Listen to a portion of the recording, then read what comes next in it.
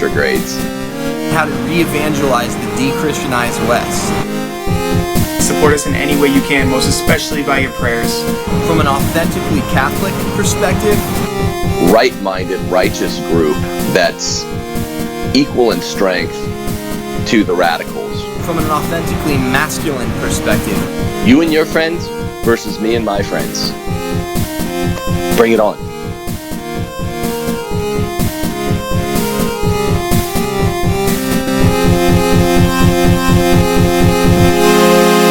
Welcome to Rules for Retrogrades. I'm here with Chris and Dave. I'm Tim Gordon. Today we have the special guest, Steve Skojec from 1 Peter 5 with us. Steve, how are you, bud? This is the first time we've ever talked face-to-face. How are you? I know. We're like, it's almost meat space, but not quite. Right. Yeah. Twitter pals, though. Twitter allies. Yeah. Twitter is not the same as a real conversation. So Twitter's not real life. That's my new slogan. So in Twitter, your friends become someone that will try to cut you in the neck the very next day. Yeah. So it's not as much fun as a real friendship. Yeah, your pinned tweet just winds up being et tu, Brute. Yeah. Exactly. No, it's good. I mean, but Steve, I've been a big admirer of 1 Peter 5 since 2014 Synod. I mean, I would read, this is when I still worked at a law firm. I'd read you every morning getting ready on the run up to the first extraordinary synod in October there. So really, I've always admired your work. And thank you. I would read you every morning when I was supposed to be doing legal briefs. Well, that's how I got into doing this work, is I was writing stuff when I was supposed to be working. So Right. Yeah, I wanted to ask. Us too. That's universal. So where were you? You started when you started 1 Peter 5. So I started 1 Peter 5 on August 1st, 2014, but I'd been doing writing on Catholic topics for a long time. I mean, I started blogging in 2003 when blogging platforms really started to become available, but my commentary, I had like 5 people commenting on things, and I was getting like 100-page views a day. It was small-time stuff. I spent a lot of time in comment boxes on other people's blogs, like Amy Wellborn. And, this was where all the Catholic personalities kind of came up. I mean, Mark Shea, even back then when he was Catholic, he had a big blog. There was a lot of sort of origin story of the Catholic blogosphere that a lot of it became sort of the Catholic. I don't want to say Catholic media, but some of the personalities really did become Catholic media, and so that was where the seeds were. So I did that for a long time. In 2008, I got picked up by Crisis Magazine as a columnist. And then at the time, actually, they were Inside Catholic. And then they rebranded back to Crisis again because they had kind of done their online name, and then they went back to their original brand. And then I wrote for Catholic Vote for a couple of years. And finally just said, what would happen if I did this myself? And if I did it all the time? If I put all the energy I put into just freelancing, I'm just, instead of sitting at work trying to write when I should be working, what if I just make this my job? And so that's what I decided to do. And really, this pontificate was what precipitated it, because I just had this really strong feeling of there's a bad storm coming, and I'm looking around and people aren't ready for it. They just don't see what's coming, and they are going to get swept off their feet.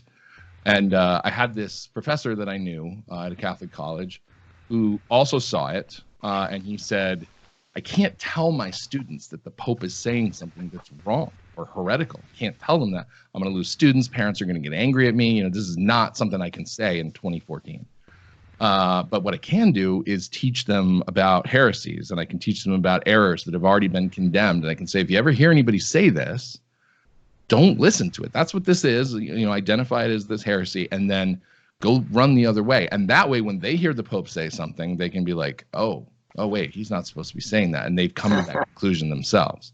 That was a big game, 2013, because it was originally, March, spring 2013. The game began almost week 2, week 3. And it was the game 2013, 2014. And then I remember reading you in late 2014 after that first extraordinary synod. It was just like, from my point of view, it was, no, I'm going to start saying this in the non-abstracto form. Well, yeah, and I mean, I knew what a big deal it was because I waited. I really tried to wait. I had an awful feeling when I saw him step out on the loggia, one that I can't explain, one that I've since heard from hundreds of other people who had the same just gut feeling like this guy is evil. There's something wrong here. And it was weird because I'd never heard of him before. I didn't even know he was a Jesuit. There was nothing external that tipped me off. It was just this visceral sense of something preternatural that was going on. You didn't have your Danielzometer? Your Danielzometer wasn't what set it off? No. No one knew who he was. In fact, I wouldn't have even recognized Daniels at the time, standing in the back like a Sith Lord, on the logo in the shadows. Darth Maul coming in on episode 1 behind Palpatine. Exactly. No. So I think I actually got tipped off at first. My first negative reaction to this pontificate. And this was, of course, suppressed because I was like, well, of course, it's the Pope, so I'm going to go ahead and see what he does. But when he took the name as a Jesuit and took the name Francis, not for Francis Xavier, but for St. Francis of Assisi, because honestly, at this point in the development of culture and the development of society and our struggles with relativism and subjectivity and basically over-emotionalism, I think the Franciscan way is not the remedy now. I would have preferred a Dominican, pull a Dominican name. We need strong intellectualism and an adherence to reason and truth as opposed to the poetic way of the Franciscans. I think right now, at different time periods, there's different ways of engaging with the culture that are more efficacious, that are going to yield better results. And I think to go the Franciscan way, this poetic and more touchy-feely route, is the opposite of the answer to how to deal with the culture. Yeah, I mean, and it signaled a lot of what was coming because, St. Francis was a bad A, right? But I mean, he was crazy about how austere he was and everything that he did.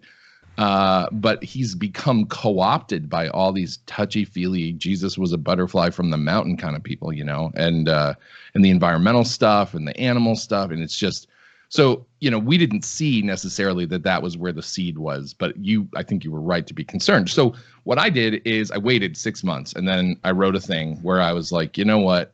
Here are some of my concerns. It was October of 2013, hadn't started 1 Peter 5. I just wrote it on my personal website. The thing blew up. I mean, I was getting calls from NBC News, New York Times. I was interviewed by both of them. I was getting calls from radio stations in Sweden and other places around the world. I mean, I just stopped taking media requests because I was like, do I really want to be the guy who's known for criticizing the Pope? Which, well, it's too late for that now. But at the time, I kind of wanted to put the brakes on because I was like, this isn't ship has sailed, Steve. Really where I want to go. Yeah. But it showed me the level of interest and the absolute conflict between anybody thinking that there could be something wrong with this guy. I mean, the secular media was all over this. Yeah. Because they loved him. And then I was getting the comments from people and they're like, I'm worried too, but I didn't want to say anything. So it kind of pointed the direction of why we needed to start something new that would not just be focused on talking about this. I mean, I mentioned the theology professor because I liked his approach. I didn't want to jar people too soon because then they would not listen. But what I did, and that's why our motto is rebuilding Catholic faith and restoring Catholic culture. It was like, let's remind people of what the church actually believes, why it's awesome, why it's worth fighting for, so that they have something to grab onto. So when this storm that's over there gets over here, they're ready for it. And then unfortunately what happened is the synod came 3 months later and I looked around and nobody was covering it. And I was like, right. I have to do this. I'm not even a journalist. I'm a commentator, but I've got to cover what's going on because I was looking at the Register. I was looking at LifeSite. I was looking everywhere. Nobody was talking about it at that time. Yeah, the Register, save for some Ed Penton work, was, you couldn't go to it for information because of there's this instinct among Catholics, which is rooted in a good place, but when taken kind of out of context or used in an inapt situation, it's really harmful, which is this being so afraid of criticizing the Pope was stifling our media. It was stifling our news. It's like, we need to know as Catholics, if we're going to be able to kind of rise up and approach our bishops, and we have this right to be heard, right? Canonically in canon law, there's a right for us to make our concerns known to the bishops, right? And they actually have a duty to address our concerns to us that we've raised with them. Well, how can I raise my concerns to the bishops if all of the faithful outlets aren't covering in a sober way exactly what's going on in the Vatican? Yeah. And yeah, this leads us to, I think, an important point that I'm really glad we have you for on our first real-time, non-Twitter friend session here, Steve. It's that this pontificate has had, it's moved into a third phase, and it's moved into its third phase, I would say, slowly, even though the impetus for the move was abrupt. It was the Summer of Shame, McCarrick Summer 2018. I would say the first part of the triplicate was clearly just the denial, 2013, 2014, moving into 2015, people started waking up, moving into the ordinary synod, I'd say. Yep. And I mark the end of the first period as April 8th, 2016, with the publication of Amoris. That moved us into a second phase where it became mainstream, or semi-mainstream on the right to criticize the Pope, right? And then guys like you and LifeSite were vindicated.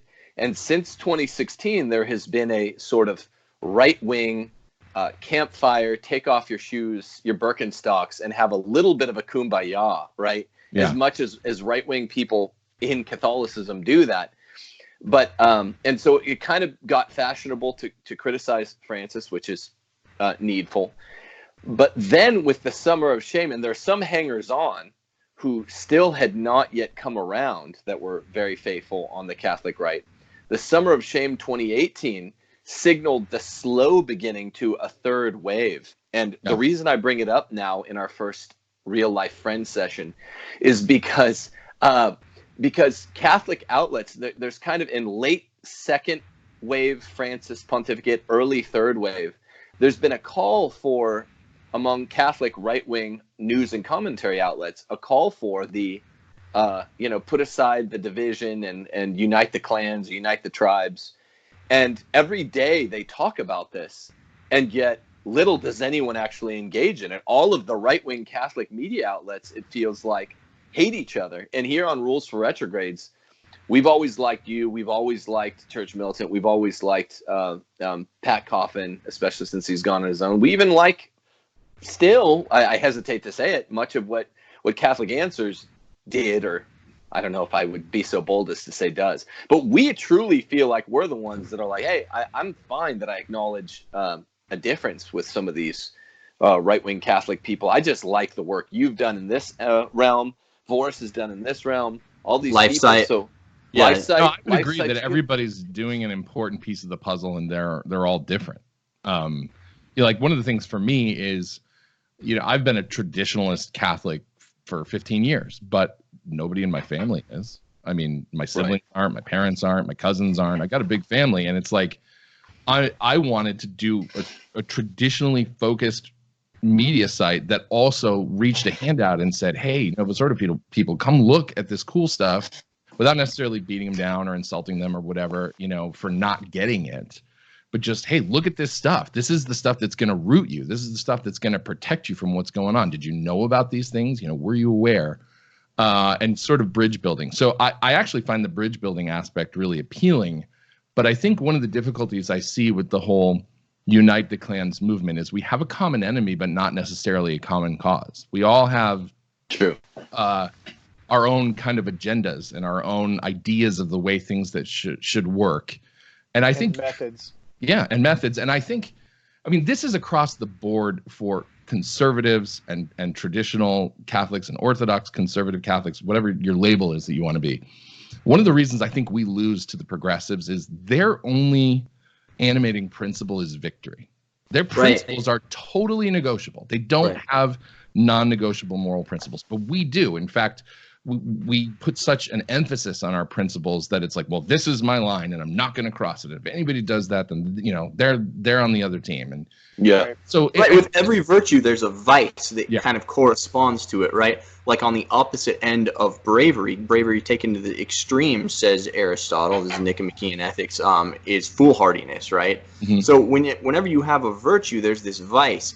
And being a principled man, the vice on the opposite side of this general virtue of adhering to your principles is factiousness. So that's the reason for this phenomenon of all the Catholic infighting, is because on the Orthodox Catholic side, there is a sincere adherence to principles, but it leads to, I was talking to Tim and Chris about this earlier, is that of all the jobs I've ever worked, ironically, the ones working with faithful Catholics have been the most hellish.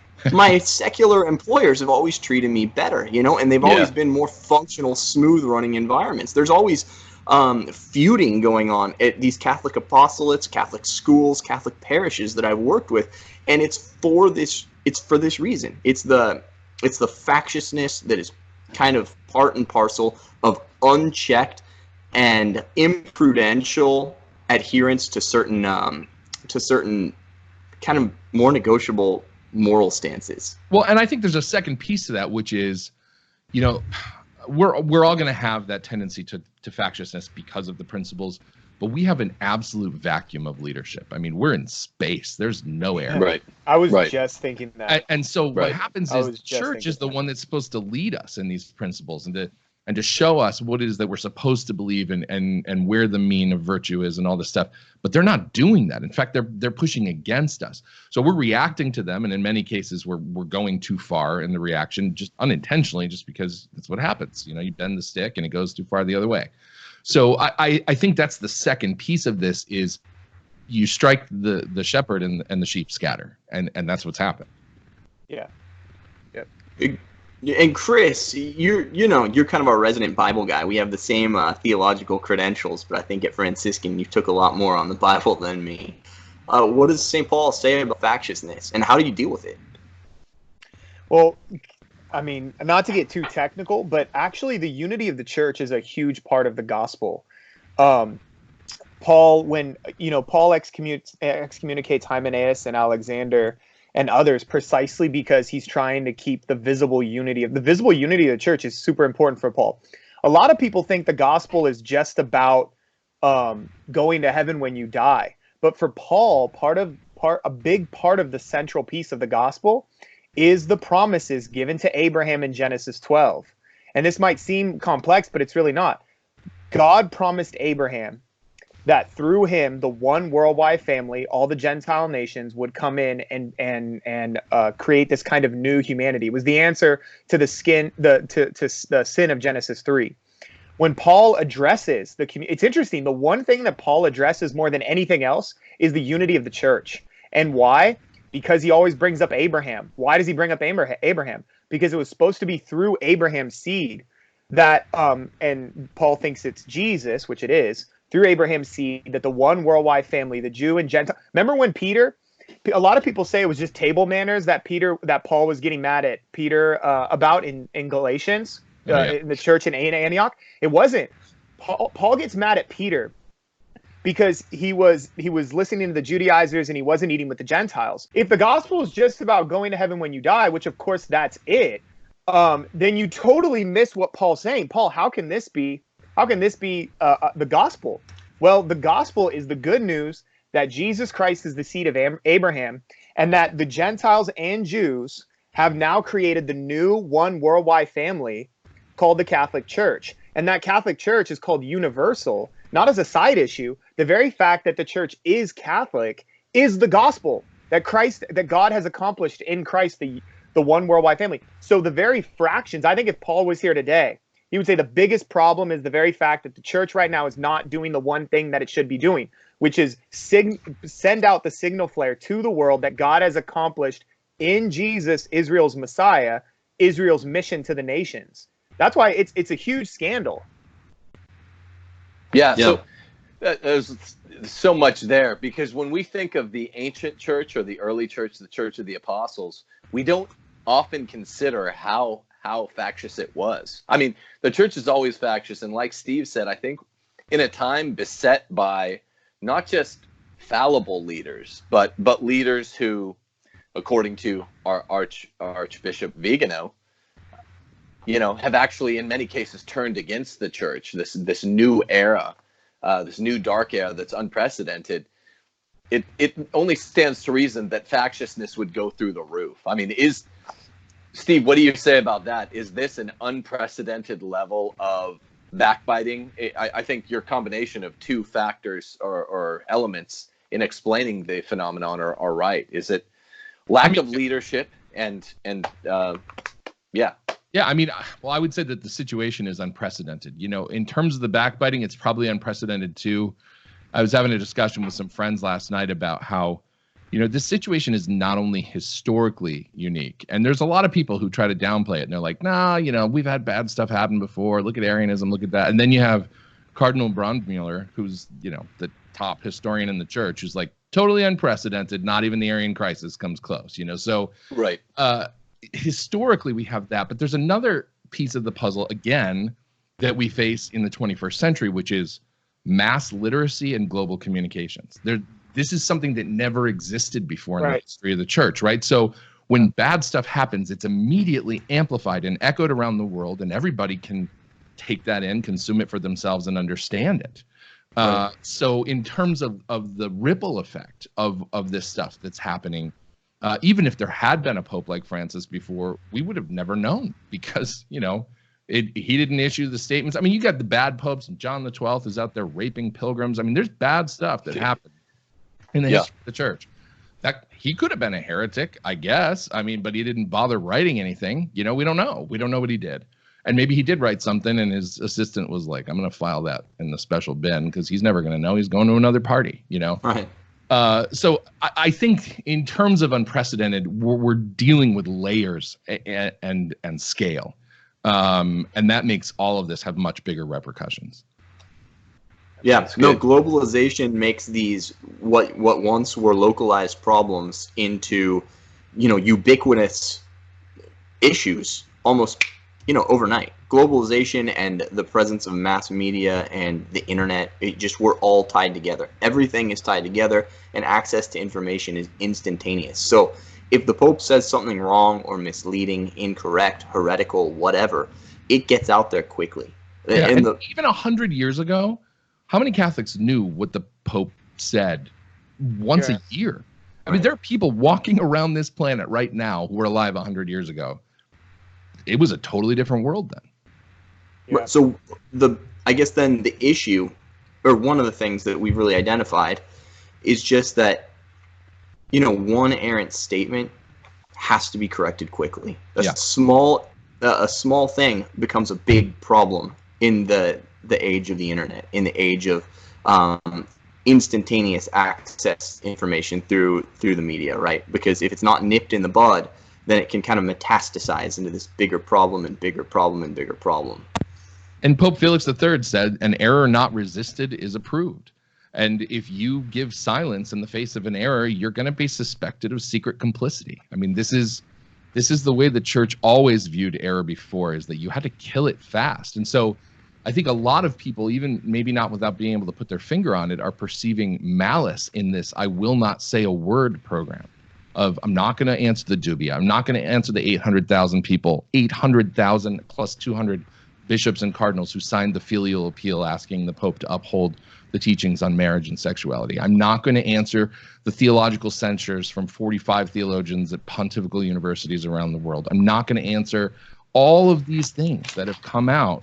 Just going to ignore it, just going to pretend like it doesn't happen. And then I'm going to do 20,000 Scalfari interviews, which I know you guys talked about yesterday. But I mean, he came out of the gate with a Scalfari interview in 2013, and he hasn't stopped since.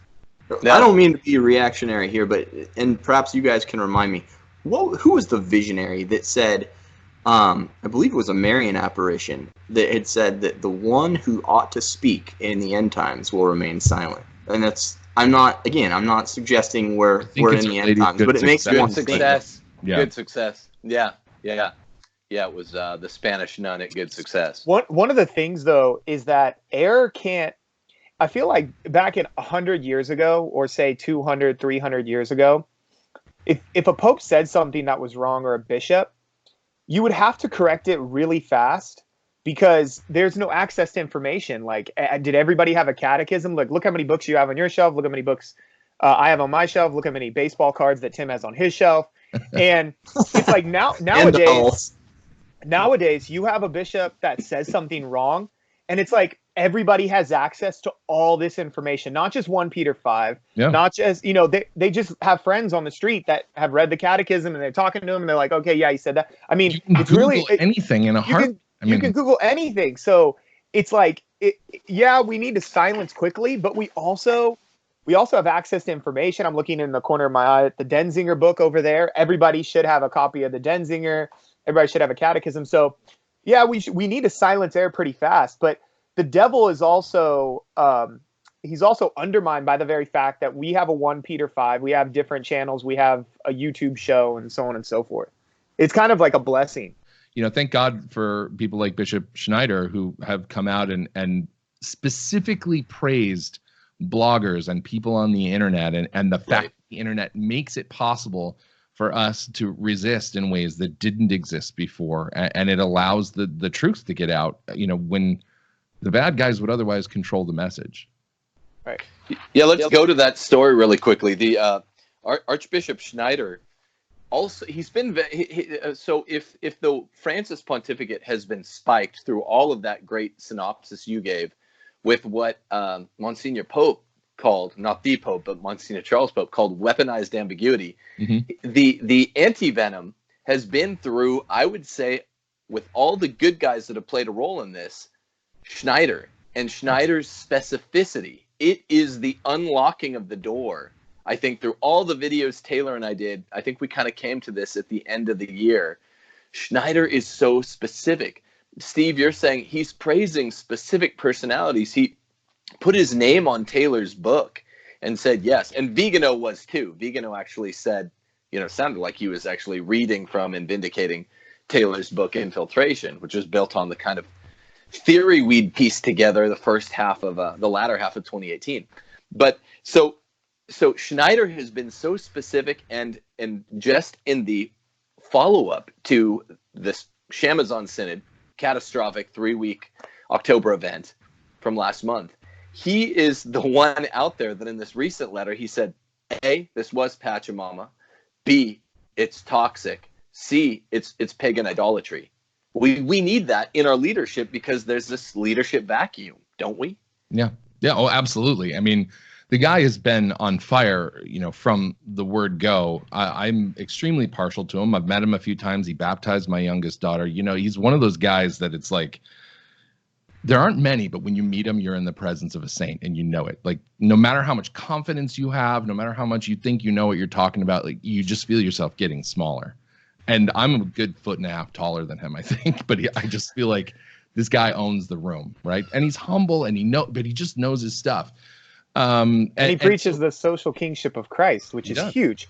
I mean, that's a major issue for me. I mean, that's the gospel right there.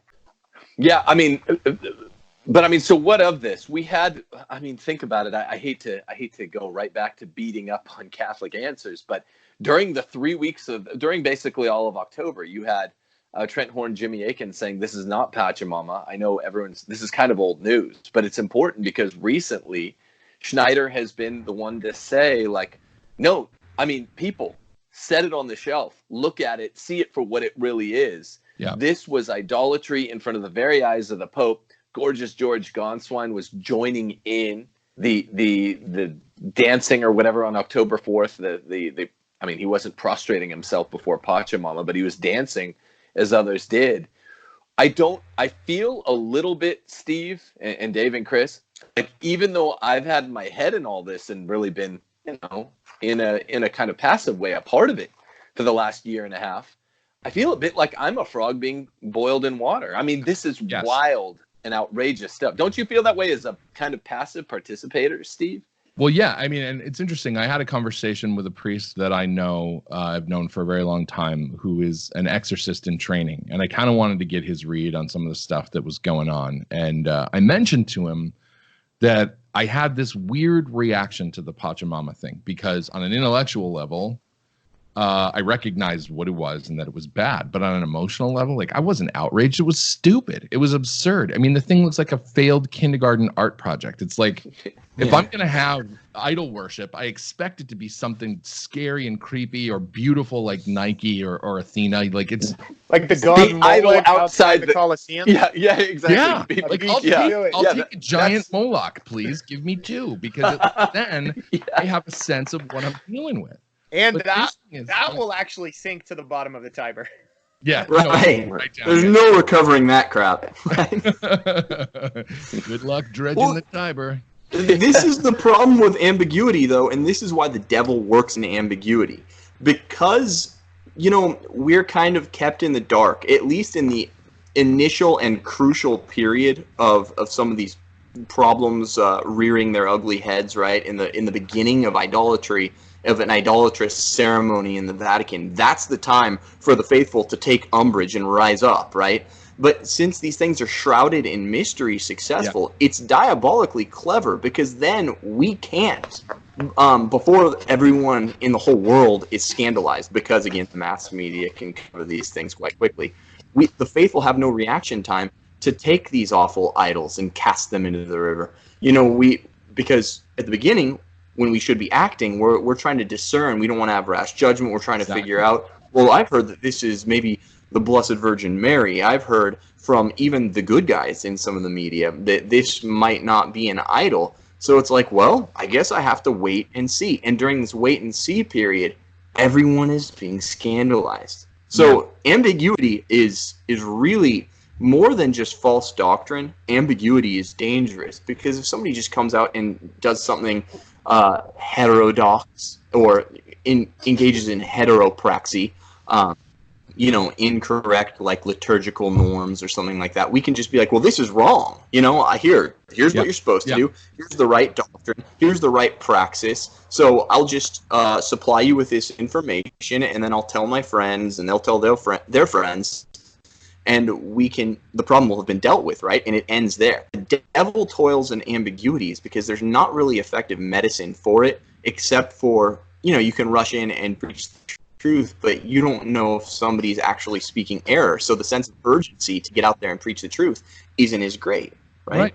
Yeah, and which is why it was one of the classical theological censures. Ambiguity was one of the censures that would be used to condemn theological texts, because it was in the 1917 Code of Canon Law. Sorry to jump in, but there was an actual duty imposed in the 1917 Code that isn't in the 83 Code, that said, our prelates have a duty to not just refrain from speaking error, but to make sure basically and I'm paraphrasing, what they're speaking is basically unambiguous truth.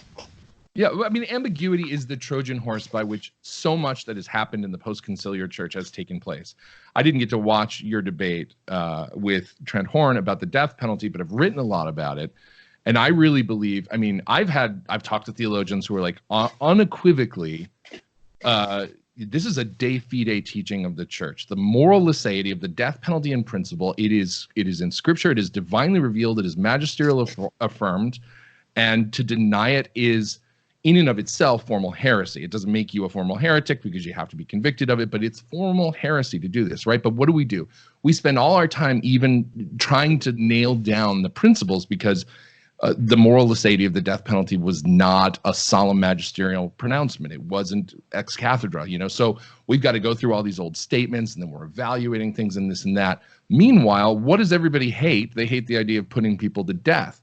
So it's real easy to get public support for, most of the people who are supporting the death penalty probably hate the idea, but they know that this is what the church teaches and it always has. So what you wind up with is this big emotional push behind, let's change this infallible teaching. And then once you've done it, you've opened the door for everything else after that. You can change anything you want. Steve, I actually like putting people to death, though. So that just makes you the odd one out on this show. Because I know Chris put someone to death. I'm your Huckleberry. Yeah, as anyone could hear in the Trent Horn debate, I love the idea of putting criminals to death, but I think that's all right. Quickly, I want to go back to something that it's an ongoing, one of the few kind of ongoing discussions we have among the triumvirate here on this show. See, I actually think in this third phase of the pontificate, when I said I feel like a boiled frog in water, and I don't even know how it happens because I have relative clarity. And Steve, you're one of the voices out there that I think has had relative clarity for a long time. And you seem to be nodding your head that even in your clarity, you feel like a frog that's being boiled in the waters of gradualism. Here's what I mean. I think it's ironic. Dave, you were making the point like, well, we weren't really sure. I mean, the October 4th idolatrous ceremony was why they had journalists from all over the world. You had photojournalists. We were getting updates from reliable sites in real time, and it was clearly an indigenous idol thing. I'd never heard of Pachamamma before that, but somehow by October 6th opening of the synod itself, I already knew the word Pachamamma. I knew this was Pachamamma, and thank goodness, 7'12" Alexander Teshugul was there in Rome, or got himself to Rome to do it. So there is enough certainty to act. I mean, the other news story we had to cover today, we don't have to go to it right now. We can do bottom of the hour, but Bishop Gustavo Zanchetta, accused of sexually abusing 2 seminarians, and now there's a whole extradition battle, and he's being sheltered by the Pope. And we've been hearing about this since June. I mean, the stories are getting more and more stark, and yet we seem to only, this is what I meant about the boiling, and I wanted to hear what you thought about it, Steve. We seem to be only responding to them as if we had the kind of gut hunch that something was off with Francis that we did in 2014 or 2015. There's a lot more information, and yet even people like me, maybe you, us here on Rules for Retrogrades, I'm including myself in this, we seem to be reacting as if there's not just a bounty of information suggesting otherwise. I mean, we are 7 years into this train wreck. I can't hear Steve. Steve. Yeah, Steve, we lost you. I'm sorry. Yeah, your mic... You know what? My microphone got muted. I'm back.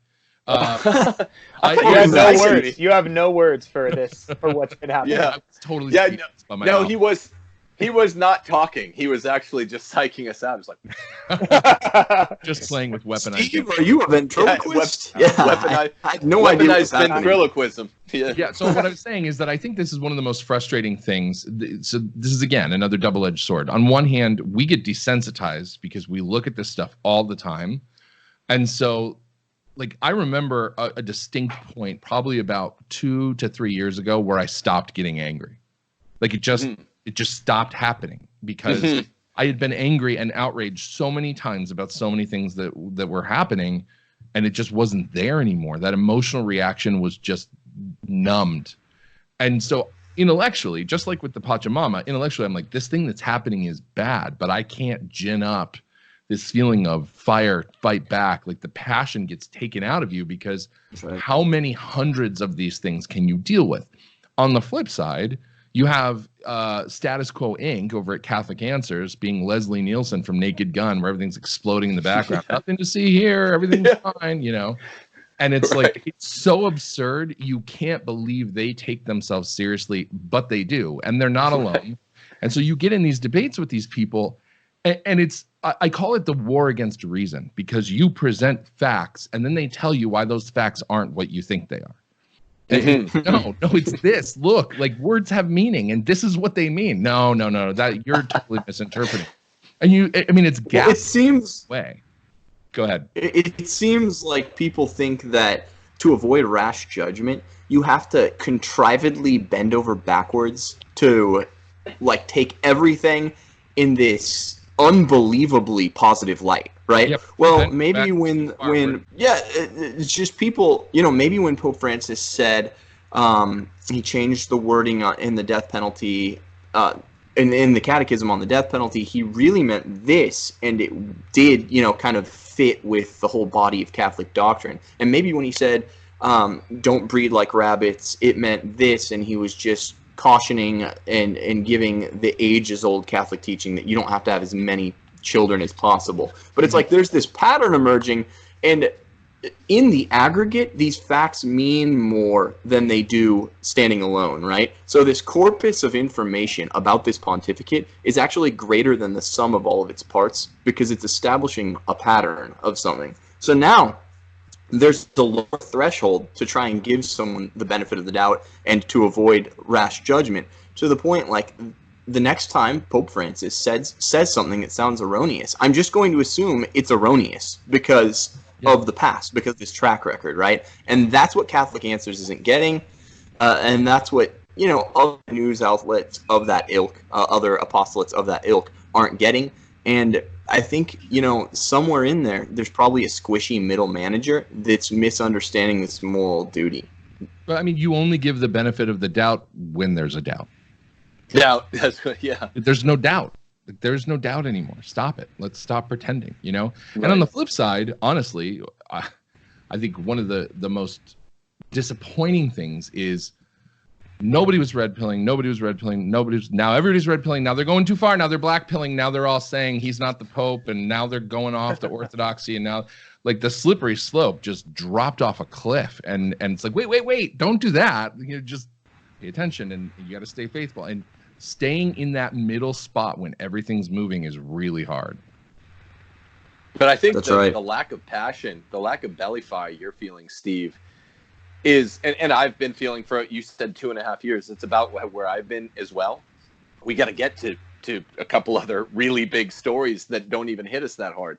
I think that might be the kind of disposition that matches, I'm hoping, maybe I'm just flattering you and I, but it might be the disposition that matches the moderate kind of position. Like, okay, I can deal with this crisis now. I'd like to think.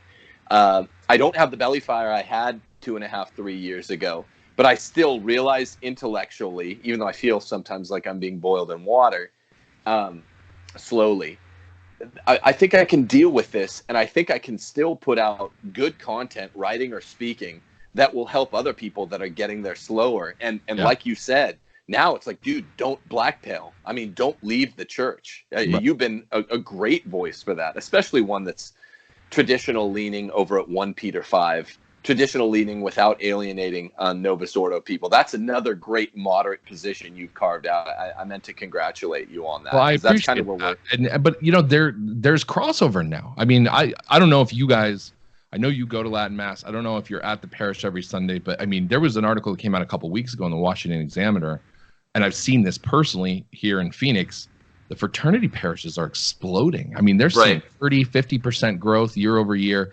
There are people showing up who didn't read their way into tradition. They just, I think maybe, you know, I haven't gotten to talk to all of them. Some of them have had mystical experiences where they go to adoration and God's like, go to Latin Mass parish.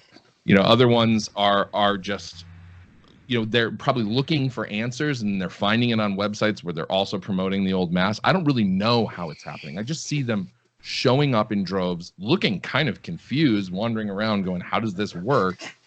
and I think we need to all, those of us who know what's going on, like really kind of grab them and be like, hey, it's good to see you. You know, you're not wearing a veil. Who cares? You know, you're wearing pants. You know, who cares? Whatever. You're wearing I don't care. Like, it's good that you're here. Let's teach you how this works. Have you ever seen a missal before? Because it's confusing when you show up at the Latin Mass in the best of times. But right now, it's not the best of times. And so there's definitely a migration that's happening. And the last thing I want to do is be an obstacle to them because of my rhetoric. Yeah. Right. Yeah. I didn't know that you were in Phoenix. So that's where you live? That is where I live now. I mean, I've spent a lot of yeah. time on the East Coast. I lived outside of D.C. for most of the last 15 years. But yeah. How far is that? That's only 6 hours from us, right, guys? Yeah. Or 7? Or, Yeah, 6. It's about 6. 6. Oh, It's 145 degrees there right now. Right? Like, would you rather live in Phoenix or on the surface of the sun? Wait, so how long have you been in Phoenix now? I've been here since 2016. Okay. All right. Yeah, so the story that I think we're going to stick on the headline of this show was the Catholic News Agency article, which is good they're covering this. The prosecutor calls for arrest of Vatican bishop charged with abusing Argentine seminarians. Of course, this is Bishop Gustavo Zanchetta, accused of sexually abusing 2 seminarians and being sheltered, as it were, at Domus Sancta Marte by Pope Francis, it appears. Again, should be shocking. Isn't now. Why not? What's up? Let me break in here, just because apparently in 2015, Pope Francis had become aware of allegations that on and how do you pronounce the name again, Tim? Zanchetta. Yeah. Okay, so on Zanchetta's phone were inappropriate images, you know, of underage-looking people in sexual acts, and even, you know, pictures of Zanchetta himself, kind of in a suggestive or lewd capacity, right? And apparently, when this came to light for Pope Francis in 2015, he met with Zanchetta, and Zanchetta said, you know, my phone was hacked. Is everybody else in the world getting sick of this excuse? It's so implausible. You know, Anthony Weiner, his phone was hacked. Or, sorry, not his phone, his computer drive, right? Anyone who runs into a scandal, their automatic go-to defense now is just like, my system was hacked. It's like, that's not a good defense. That's never actually happened. Who's just sitting around like looking to break into some dude's computer to release pictures of his junk to the whole internet, right? Are you going in and photoshopping like real time? I mean, you must be to be able to do that. And how did you manage to make everything match up in all the pictures? It's so absurd. Yeah.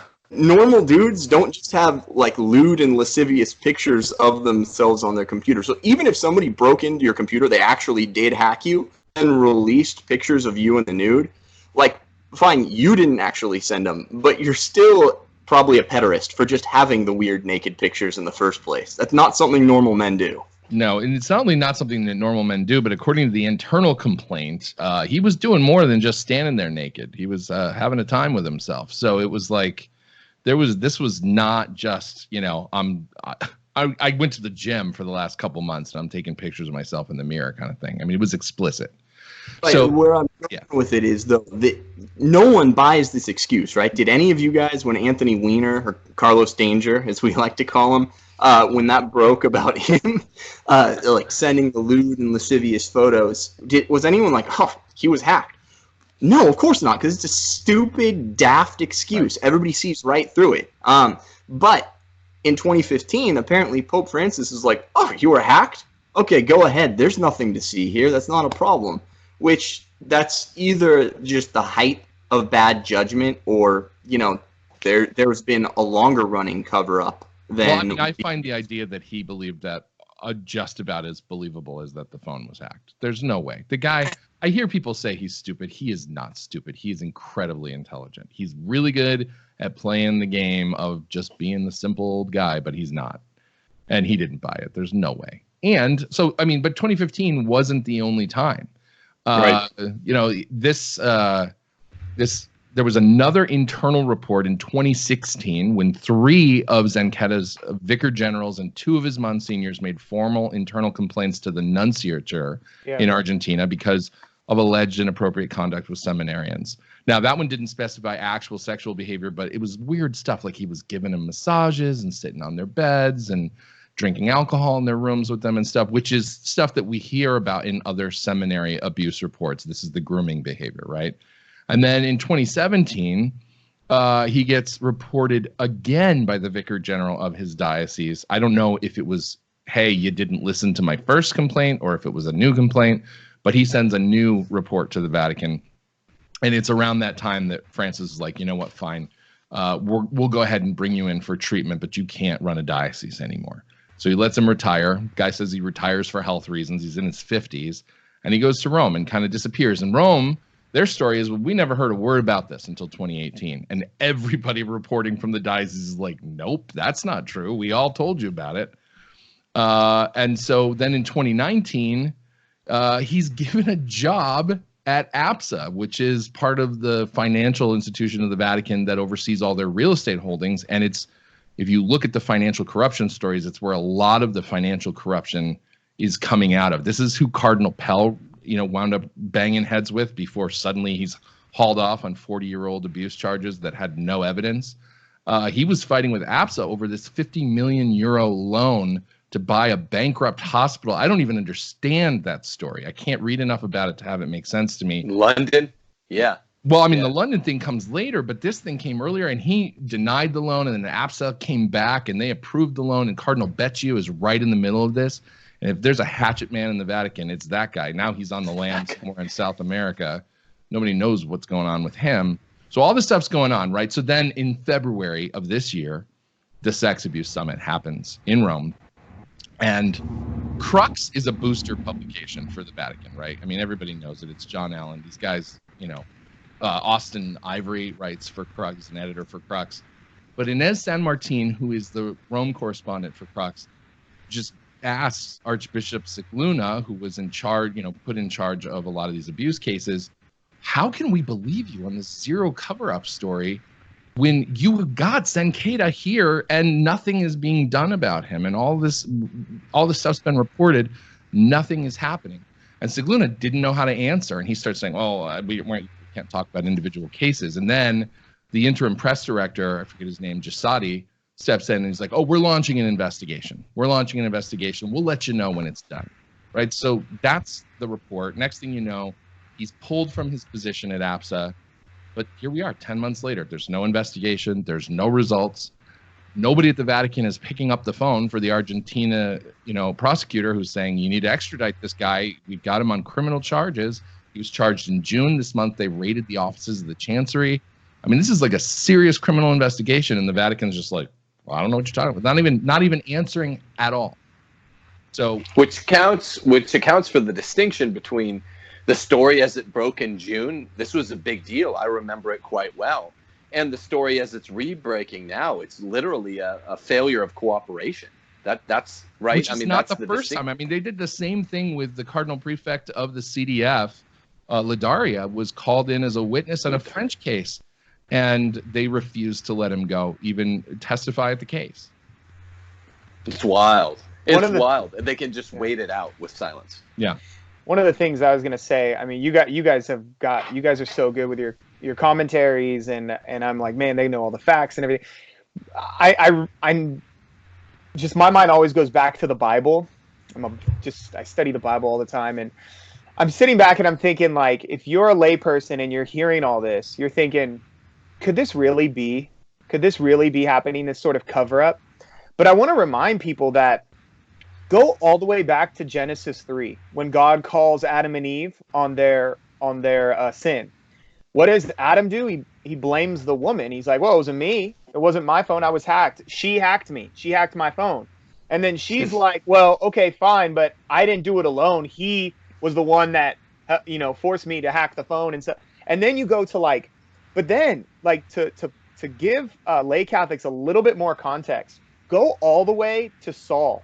Saul, who breaches the covenant with God and sacrifices an animal when he's not supposed to. But then go to David. David, a man who God says himself, he's a man after my own heart. David loved the Lord. But what does David do? He gets caught sleeping by the prophet Nathan. He gets called out by the prophet Nathan for sleeping with Bathsheba.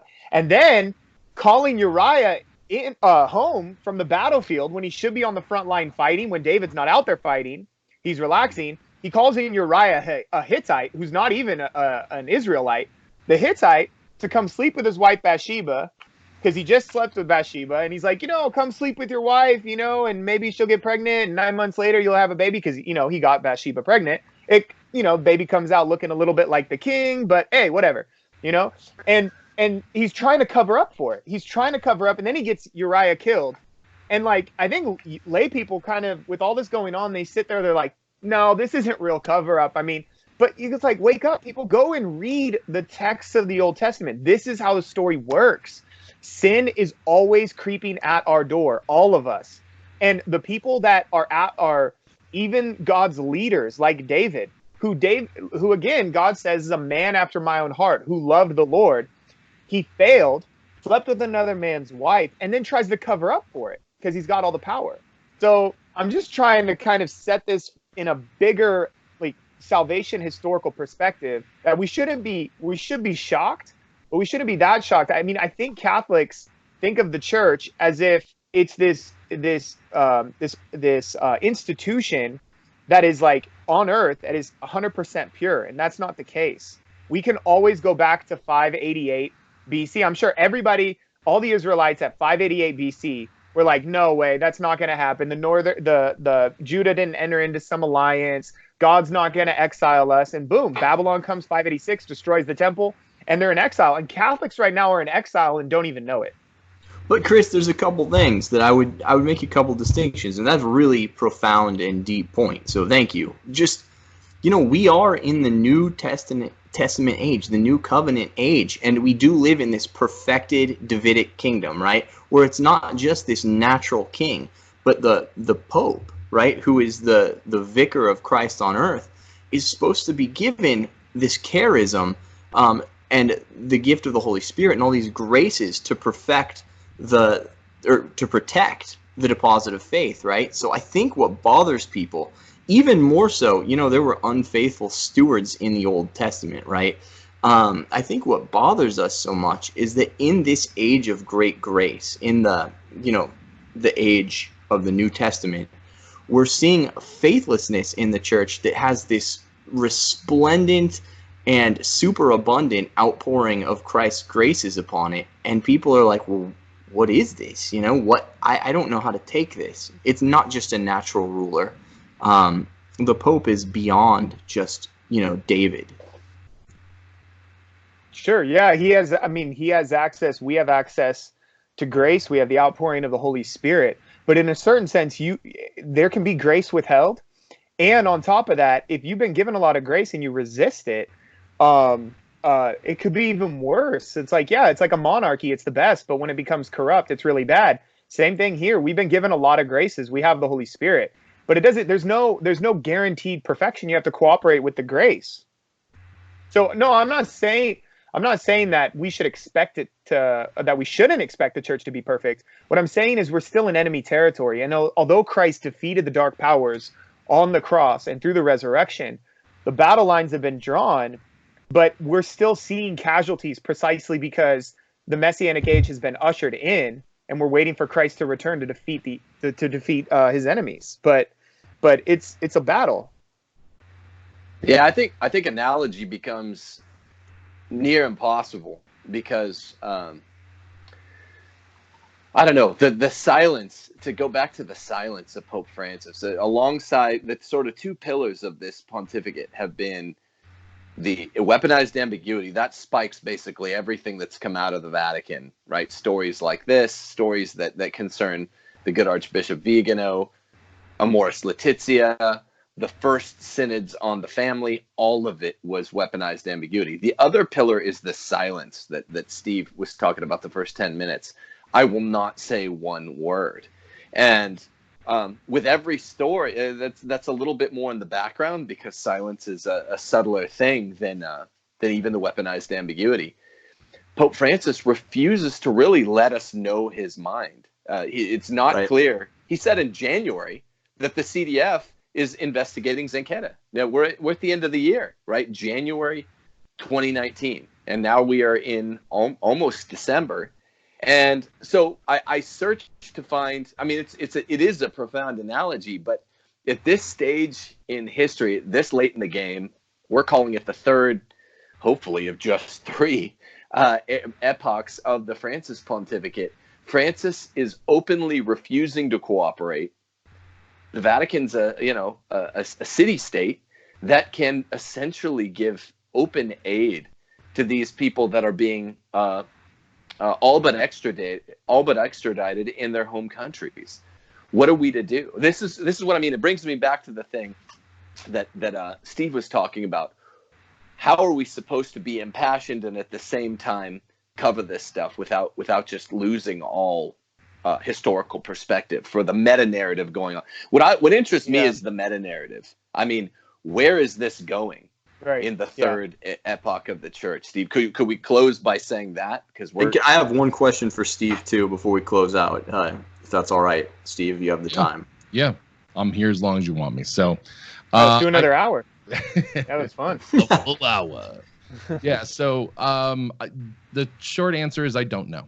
I don't know where it's going. I mean, one of the things I wanted to talk about a little bit, and it's just a theory of mine when we were talking about the Pachamamma thing, but Bishop Schneider kind of pivoted to the whole worship of Gaia and worship of Mother Earth. And there was something that back in 2016, I think it was in February of 2016, the Pope's intention video in February was all about caring for the earth as our common home and all this stuff. And at the time, I'd written this article about Gaia Church, that it's like immanentism. We don't care about heaven. We care about what's going on here. And there was Cardinal Biffy who gave this retreat back in 2004 where he said the Antichrist is going to be a pacifist, an ecologist, an ecumenist, this idea of environmentalism and immanentism and all this stuff. So I see this Pachamama thing, like none of us had heard about it, right? Nobody had heard the word Pachamama before. But within a month, and maybe it's just that psychological principle of once you're paying attention to something, you're aware of it. There's a Netflix movie for kids about Pachamama. There's a restaurant out in California called Pachamama. There is the Pachamama Alliance for the Rainforest, which is this big ecological thing that's been around for a while. Somebody told me they walked into an airport and there was a Pachamama display. Like all of a sudden it's everywhere, right? And you know, I was talking to some friends about this yesterday, and I kind of feel like the Pachamama thing upstaged the synod, and I don't know if that's what they wanted. I don't know if the Pope knew that they were going to do it. I don't know if he knew, but he didn't expect it to be as significant as it was. But I mean, think about it. For 3 weeks of the synod, people were really not talking about women deacons. They weren't talking about married priests. Like they were, but not at the level they would have been. Everybody was talking about these damn idols, literally, and it upstaged everything else that was going on. And then you look at the fact that Pachamama is this Incan deity, right? It's for the people of the Indies. It's Peru, it's Bolivia.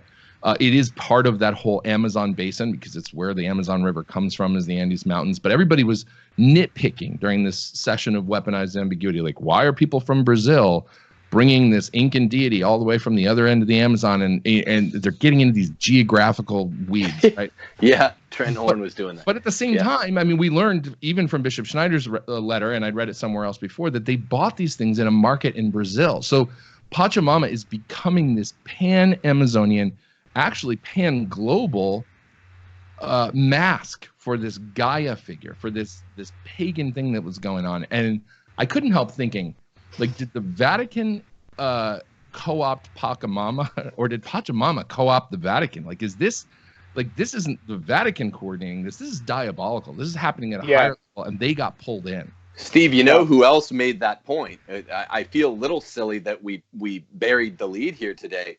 In November 21st, the most recent Archbishop Vigano letter, he makes the exact same point are.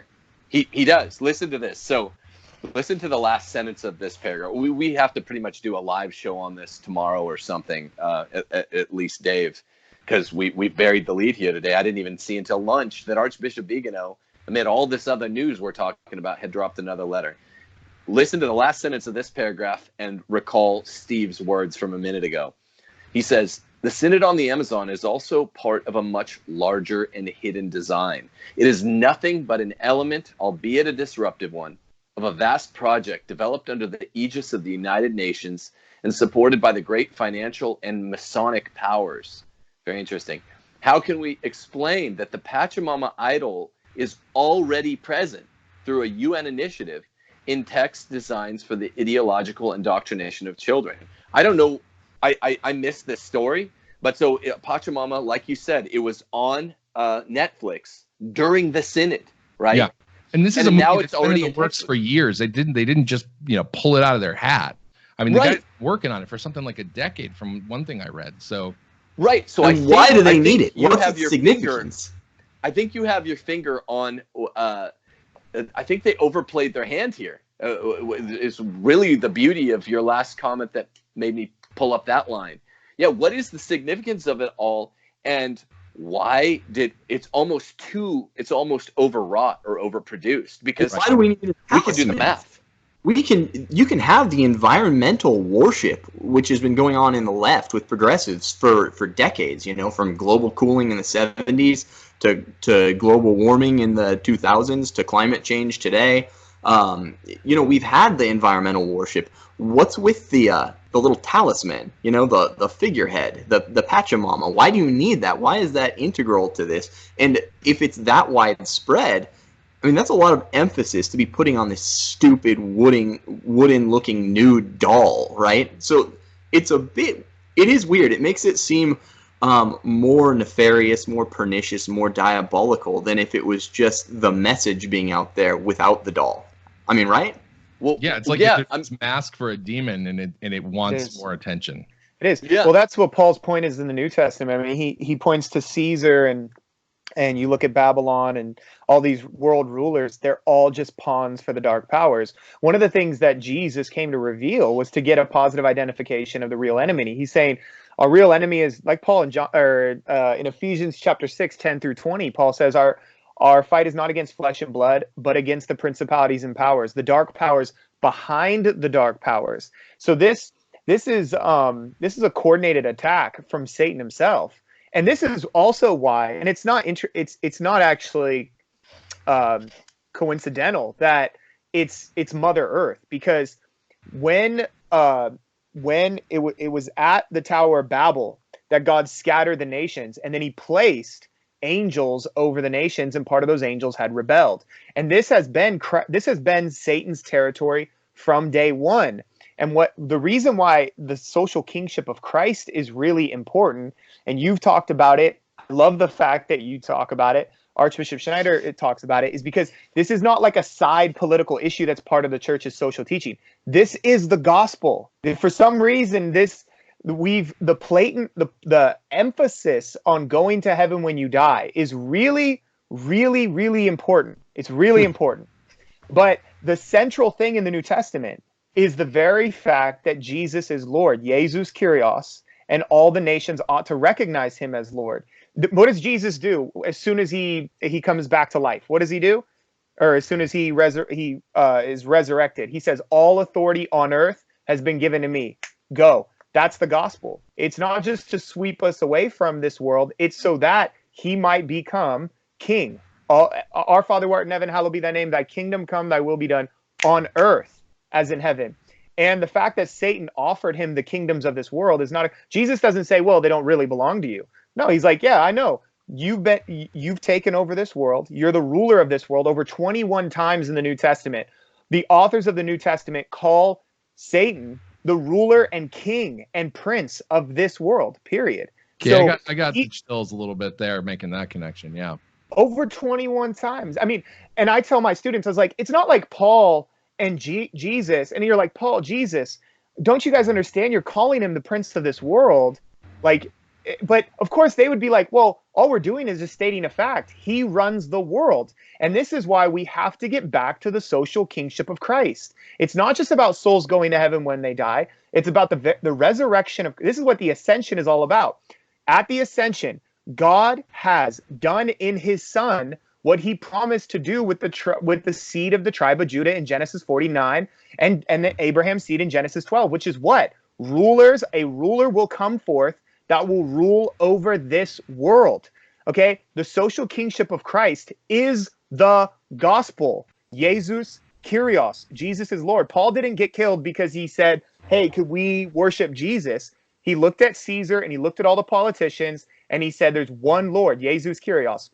He's pulling words and phrases from Octavian. Was the one who went around preaching the Evangelion, the good news, that he beat Mark Antony in 31 BC. He says, this is the good news that Octavian, Caesar, is Lord of Lords, King of Kings, Savior of the world, and has brought peace on earth. Come on, guys. When Paul goes around saying the good news that Jesus Christ is Lord of Lords, King of Kings, Savior of the world, it's political. He's saying Christ, just like Christ said, all authority on earth has been given to me. So we've got to wake up to the very fact that Genesis 49, 2 Samuel 7, Genesis 12 are the answer to Genesis 3 and in Genesis, I think 9 with the Tower of Babel. And the fact is Jesus' resurrection and his ascension makes him king on earth as in heaven. And so the very fact that the church has been put on earth for that specific purpose, to proclaim his kingship, the devil's going to do everything he can. He'll use a wooden statue called Pachamamma all he wants to get them to worship anything other than Christ. He'll put on a dress and play Mother Earth so that you'll bow down. He'll do anything as long as Christ is not proclaimed king over all the nations. And this is why he's going to use the UN too.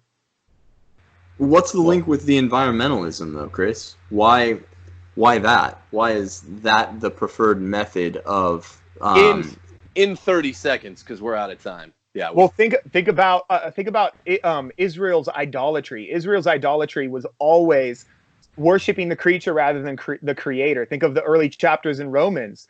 As long as he can keep us focused on worshiping the things in this world, planet Earth, or the things that God has created, and not the creator himself, then sure. And this in Isaiah 6, not to get too deep into it, although we kind of already have. In Isaiah 6, you see that the punishment for Israel is that they become blind and deaf. And why is that? Because God has made them what they worship, which is what? Like Isaiah says, you worship idols, or God says this actually, you worship idols who don't have eyes and don't have ears. And remember, Israel did it because they're like, well, God doesn't hear us. God can't see us. So we're going to make idols, creatures that do have eyes and do have ears. And God kind of mocks it. He says, okay, you want to make idols that supposedly have eyes and supposedly have ears? Well, I'm going to make you exactly like them. That's why it feels like a stretch in the West to have the neo-paganism foisted on us, but that if someone could point out why, because it's really, really peculiar, it's really specific, why the Pachamamma push. It's all dawning on me the last week in all these letters from all the leaders in the church on the run. The Pachamamma thing might actually be, it is a demon. It was a demon who sacrificed her kids, this fertility goddess. But it feels less winsome to a bunch of Western urbanized and suburbanized minds. It seems like a bigger stretch. It seems like they could have used something that would have been a little bit less conspicuous. So I was hoping in all the scriptural analysis to find that. But that was kind of my point, though. This idol, to bring an idol to a secularized atheistic Western society, it's ironic, right? It's the opposite of what's expected. You wouldn't expect to be able to get some false idol, some cheap, tawdry version of like a god to catch on in a society where most of the left, most of progressives say there is no God. It's weird. Yeah, and Tim, like what you were saying, all the pagan gods are demons. All the pagan gods are devils. Didn't St. Paul say that? Yeah, he does. Yeah. Paul says that. Yeah, that's part of the New Testament is to uncover that. So it's weird, and I'll close my part with this. It's just, so the reason, like there's this tension between idolatry and a secularized culture, right? At least on the surface level, because people who are secular ostensibly say there is no God.